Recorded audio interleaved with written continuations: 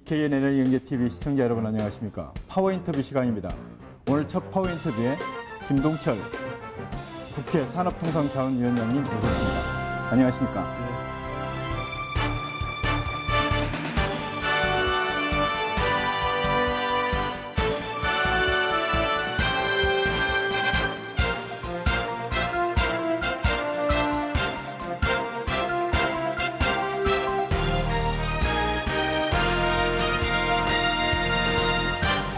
19대 국회 하반기 위원장으로 맡으셨습니다.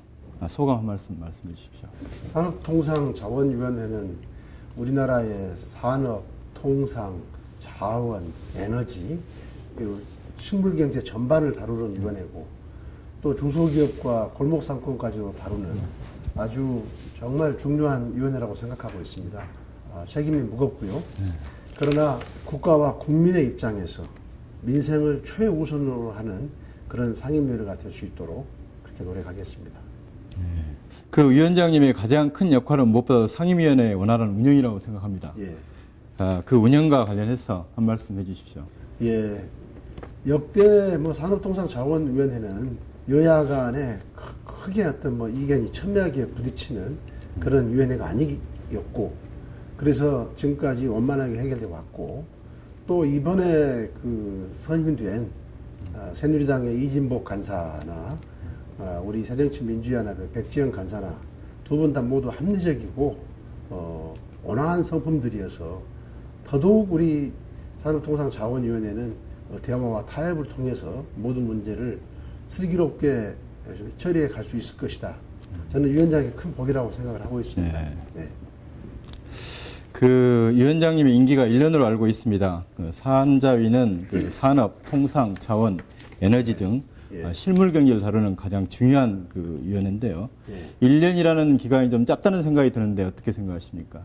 국회법에 따라서 상임위원장의 임기는 2년으로 보장이 돼 있고 또 그만큼 업무를 안정적으로 처리하기 위해서 임기 2년으로 규정한 것으로 알고 있습니다. 임기 1년이 되면 서로 업무를 파악하고 하기에도 바쁘고 그래서 안정적인 상임위 운영에 좀 도움이 될 것 같지 않습니다. 그래서 저도 무슨 1년만 하겠다고 확답을 한 적도 없고 또 정치 상황이 어떻게 돌아갈 것인지도 모르죠. 다만 그런 여지가 있도록 한 것은 내년에 지금 우리 새정치민주연합의 전당대회가 예정이 돼 있는데 아시다시피 제가 우리 새정치민주연합의 변화와 혁신을 계속적해서 주장해 왔던 사람이지 않습니까? 그런데 국민들의 기대에 부응할 만큼 우리 새정치민주연합이 변화하고 혁신했다고는 생각하지 않습니다. 그래서 이제 내년에 예정된 전당대회가 있게 되면 새정치민주연합의 변화와 혁신을 한번 이끌고 싶어서 그래서 정말 새정치민주연합이 달라졌다.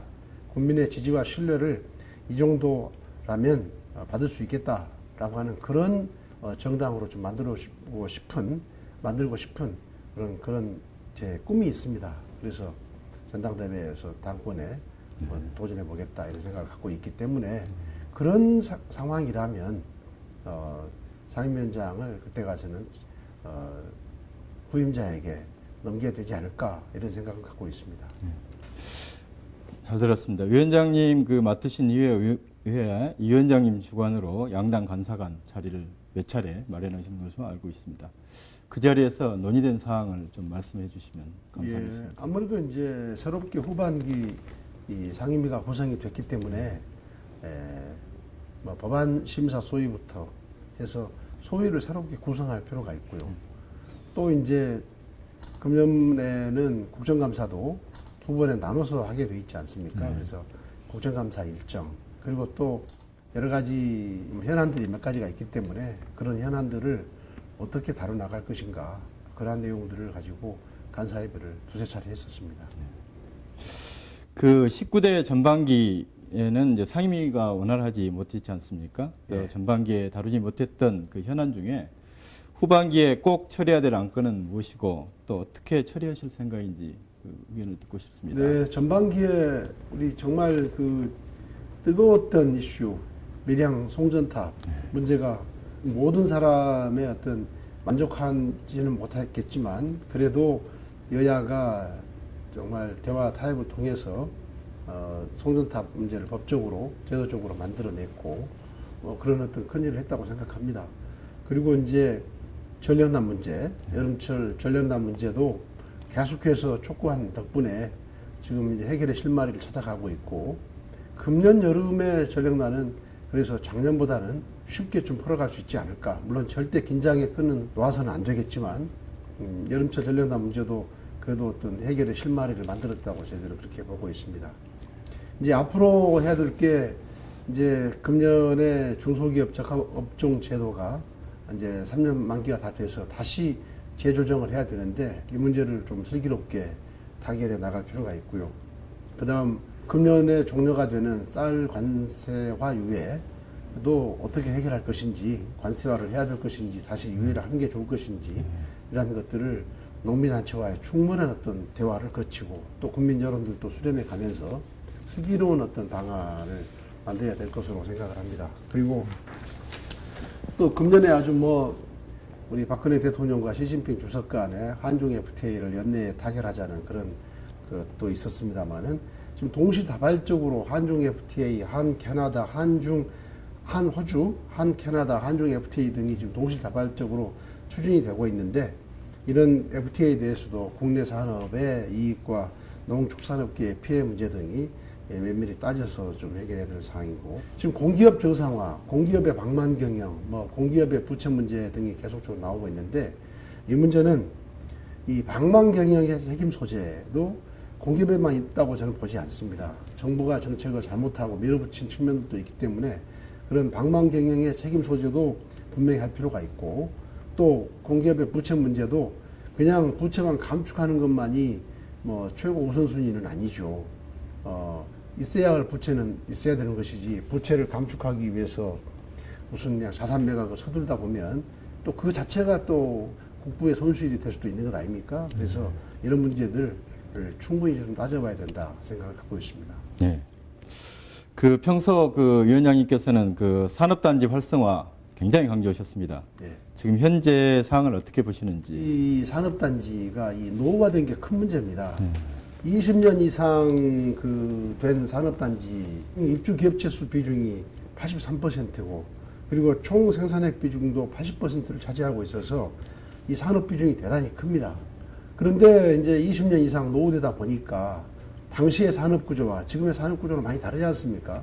산업 구조가 이제 대규모 노동 집약 산업에서 소규모 첨단 지식 산업 구조로 변화했기 때문에 어떤 그런 거기에 대해서 대응할 필요도 있고, 또 기반 시설이 노후화가 돼서 예를 든다면 보육 시설이 제대로 돼 있지 않고, 또는 근로자들이 편의에 맞게 문화, 체육 시설 같은 것들도 미흡하고, 또 주차 공간도 협소해서 말하자면 기업 입장에서는 구인난을 겪고 있고, 또 대학을 졸업한 청년들 입장에서는 또 구직난을 겪고 있는 게 사실 아닙니까? 그래서 이런 것은 이 노후화된 산업단지를 좀 지원시설도 충분히 확충하고, 그리고 또 산업구조의 변화에 맞춰서 좀 이것을 구조를 좀 첨단화시킬 필요가 있다, 이런 생각들을 갖고 있습니다. 이렇게 해서 이 노후화된 산업단지의 경쟁력을 키워서 국가 경제에 기여도 하고, 또 이 기업의 구인단이나 청년들의 구직난도 풀어가야 된다, 그런 생각을 갖고 있습니다. 위원장님께서는 2013년도 입법과 정책개발 우수원상 수상을 다시 한번 축하드립니다. 예. 발의한 법안 중에 가장 기억에 남는 법안이 있으면 무엇인지 말씀해 주십시오. 19대 들어와서 지난 2년 동안 55건의 법안을 발의했는데, 국민들께 좀 강조드리고 싶은 게, 예를 들면 민간 발전 사업자가 발전 사업 허가를 받으면 전혀 어떤 노력도 하지 않은 상태에서 허가를 받았다는 이유로 수천억, 수조 그런 어떤 특혜를 보는 것은 대단히 잘못된 거죠. 그래서 허가만 받아놓고 그 허가를 대기업의 대주주의 지위를 양도한다든가 이렇게 해서 하는 것은 잘못됐지 않습니까? 발전 사업자의 허가를 받았더라도 대주주의 지위를 양도하는 경우에는 다시 재심사를 받도록 했고, 또 허가만 받아놓고 발전 사업에 착수하지 않은 경우도 있기 때문에 일정 기간이 지나면 이 허가를 취소할 수 있도록 하는 개정안을 우리 산업에서 통과를 시켰죠. 그래서 지금 법사위에 계류 중입니다만 이제 법사위 통과를 위해서 노력할 생각이고요. 또 방금 말씀드렸던 노후 산업단지 활성화를 위한 법안들도 제가 지금 발의를 해놓은 상태고, 또 이 골목 상권을 보호하기 위해서 대규모 점포의 우회 입점을 막기 위한 유통산업발전법 개정안 등을 해놓고 있습니다. 올 후반기 상임위원회에서는 내년 예산안을 다룰 텐데요. 예. 특별히 주안점을 두고 있는 사항이 있다면 무엇인지 한번 말씀해 주십시오. 지금까지 해방 이후에 우리가 지금까지 이렇게 산업화를 추진해 왔는데, 이 수도권과 영남권, 소위 경부축 중심의 이런 발전 전략을 취하다 보니까 여러 가지로 지금 문제가 많죠. 특히 수도권은 비대해질 대로 비대해져서 수도권대로 지금 효율성이 떨어지게 돼 있고, 지방은 지방대로 인프라라든가 이런 것들이 갖춰지지 않아서 지방은 지방대로 지금 제대로 된 어떤 경제 발전이 되지 않고 있는 그런 측면들이 있지 않습니까? 국가 균형 발전을 위해서 좀 제대로 된 어떤 그 산업 정책이 이루어져야 되겠고, 예산도 거기에 맞춰서 해야 될 텐데, 항상 정부가 예산을 지원할 때 보면은 객관성을 담보한다고 하면서 어떤 평가를 하는데, 그 평가라는 것도 이미 이루어진 어떤 산업 발전, 인프라를 놓고서 하니까 인프라도 갖춰져 있지 않은 데는 그만큼 이 상대적으로 불이익을 보고 있지 않습니까? 그래서 그냥 현재의 어떤 그 기준도 중요하지만, 과거 지난 60년 동안 누적된 산업 기반을 좀 국가 균형 발전이라는 측면에서 보완해 주는 것이 필요하다. 그러니까 현재까지 이루어진 그것을 놓고서 하게 되면 계속해서 부익부 빈익빈이 심화될 수밖에 없으니까 지방 쪽에는 획기적인 어떤 지원책이 필요하다, 이런 생각을 갖고 있습니다. 마지막으로 좀 쉬운 질문 하나 드리겠습니다. 그 에너지경제 TV 시청자를 통해서 광주 광산갑 지역구 주민들에게 한 말씀 부탁드립니다. 참 제가 19대에 산업위원회로 처음으로 왔습니다. 실은 산업위원회를 17대부터 오고 싶었어요. 왜냐하면 광주는 이제 더 이상 소비도시가 아닌 생산도시고 또 수출도시입니다. 그만큼 7개 산업단지에 이제 중소기업만 하더라도 3,000개 육박할 정도로 이제 광주는 산업단지 그리고 중소기업들이 포진해 있는 그런 곳인데, 그래서 그러다 보니까 대구나 부산보다도 더 수출 규모가 훨씬 큽니다. 그런데 거기에 걸맞는 좀 지원들이 좀 미흡하지 않았는가. 그래서 광주의 지역 경제도 크게 좀 발전시키고 싶고, 또 당의 필요에 의해서 제가 다른 법사위라든가 외통이 이렇게 갈 수밖에 없었던 그런 사정들이 있었습니다.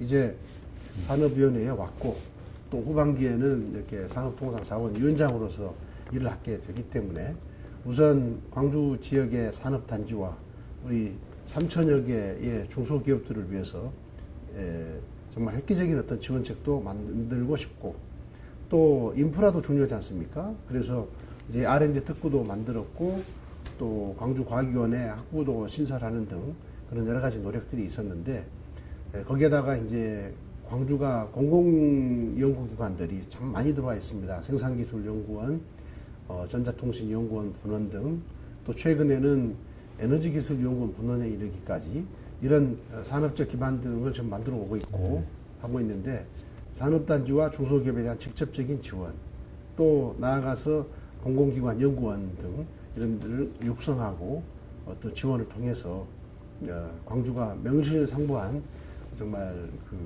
산업도시, 생산도시, 수출도시가 될 수 있도록, 그렇게 해서 지역경제가 정말 획기적으로 발전할 수 있도록 한번 노력해보고 싶습니다. 에너지경제TV 파워인터뷰에 응해주신 새정치민주연합 김동철 산업통상자원위원장님 진심으로 감사드립니다. 감사합니다. 고맙습니다.